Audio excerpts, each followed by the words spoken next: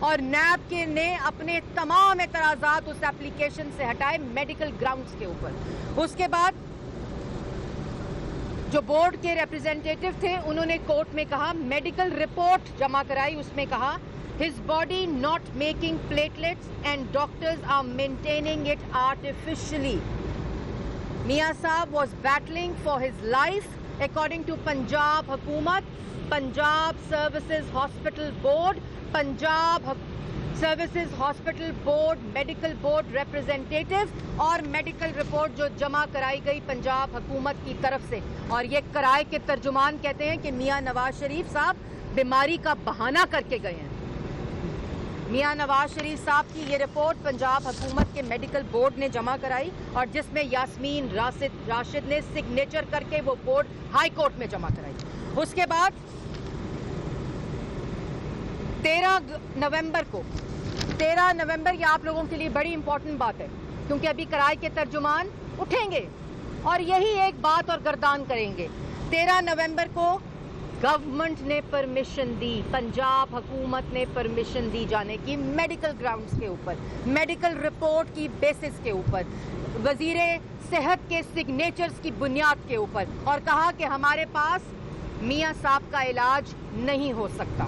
یہ medical report میں لکھا گیا کہ کارڈیو ویسکولر کنڈیشن کی وجہ سے میاں صاحب کا علاج ہم نہیں کر سکتے ہیں، اس لیے ان کو یو کے بھیجا جائے علاج کے لیے۔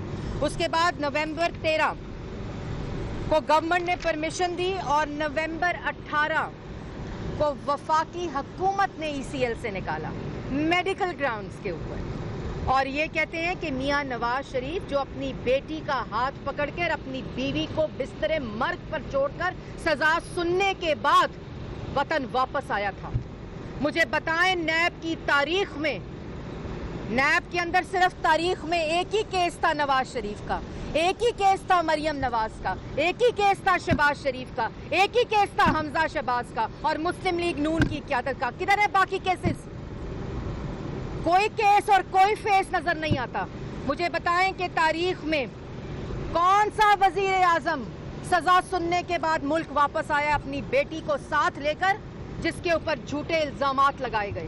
کون سا وزیر اعظم روزانہ کی بنیاد کے اوپر آج کی تاریخ تک اپنی بیٹی کے ساتھ نیب میں اسلام آباد میں پیش ہوا ہے؟ کون سا ایک نام بتائیں؟ اور کہتے ہیں نواز شریف بھاگ گیا، اور شرم کرو، شرم آنی چاہیے اس بات کے اوپر۔ اور اس کے بعد جیل گیا، اس کی بیٹی کو جیل میں رکھا۔ اس کے بعد کیا ہوا؟ اس کے بعد ارشد ملک کا بیان آیا، ارشد ملک کی ویڈیو آئی، اور ارشد ملک صاحب نے جو بتایا وہ پاکستان کی عوام جانتی ہے۔ اور اب جسٹس شوکت صدیقی کا بیان آیا اور اس میں تمام حقیقت کھلی ان الزامات کی جو کہتے ہیں کہ پیسے کھا گیا۔ پیسے کھائے جاتے ہیں، میں بتاتی ہوں، پیسے کھائے جاتے ہیں عوام کی، آٹا، چینی، بجلی، گیس، دوائی چوری کر کے۔ پیسہ کھایا جاتا ہے اپنے اے ٹی ایمز کو این آر او دے کر، پیسہ کھایا جاتا ہے اپنے مشیروں کو راتوں رات رنگ روڈ کے بعد بھیجنے پہ، مفرور کرانے پہ۔ پیسہ کھایا جاتا ہے جو چینی میں 550 ارب کھا گئے، جو آٹے میں 300 ارب کھا گئے، جو دوائیوں میں 600 ارب کھا گئے۔ اور ابھی آڈیٹر جنرل آف پاکستان نے اس پارلیمان میں 2 سال کی کرپشن، فراڈ، بدعنوانی کی رپورٹ جمع کرا دی ہے۔ پیسہ ایسے کھایا جاتا ہے، اور پھر پیسہ کیسے کھایا جاتا ہے کہ اس کے بعد این آر او دو اپنے لوگوں کو، اور اپوزیشن کو سزائے موت کی چکیوں میں رکھو، کیونکہ تمہاری بدعنوانی، تمہاری کرپشن اور تمہاری چوری کو بے نقاب نہ کیا جائے۔ اور میں پوچھتی ہوں نیب سے، نیب کو صرف نواز شریف نظر آتا ہے، صرف شہباز شریف نظر آتا ہے، صرف مسلم لیگ نون نظر آتی ہے۔ کدھر گیا نیب جب آٹا چوری ہو گیا عوام کا؟ کہاں تھا نیب جب چینی چوری ہو گئی عوام کی؟ کہاں تھا نیب جو ابھی ایل این جی کا ٹیکہ لگا ہے پاکستان کی عوام کو؟ کدھر ہے نیب؟ کدھر ہے نیب جب رنگ روڈ کا سکینڈل آیا؟ کدھر ہے نیب جس وقت ہیلی کاپٹر کیس بند ہوا؟ کدھر ہے نیب جس وقت بی آر ٹی پشاور کے اندر جو کرپشن کی داستانیں ہیں وہ پورے دنیا کے اندر موجود ہیں؟ اور اس کے بعد جب جیل میں رکھا تب بھی حسد پورا نہیں ہوا۔ اس کے بعد مریم نواز شریف صاحبہ کی جب بیل ہوئی، دوبارہ والد کے سامنے ہتھکڑیاں لگائی گئی۔ یہ اتنے گھٹیا سوچ کے مالک ہیں کہ ان کو شرم بھی نہیں آتی۔ مجھے بتایا جائے کہ کس الزام میں مریم نواز شریف اس نیوز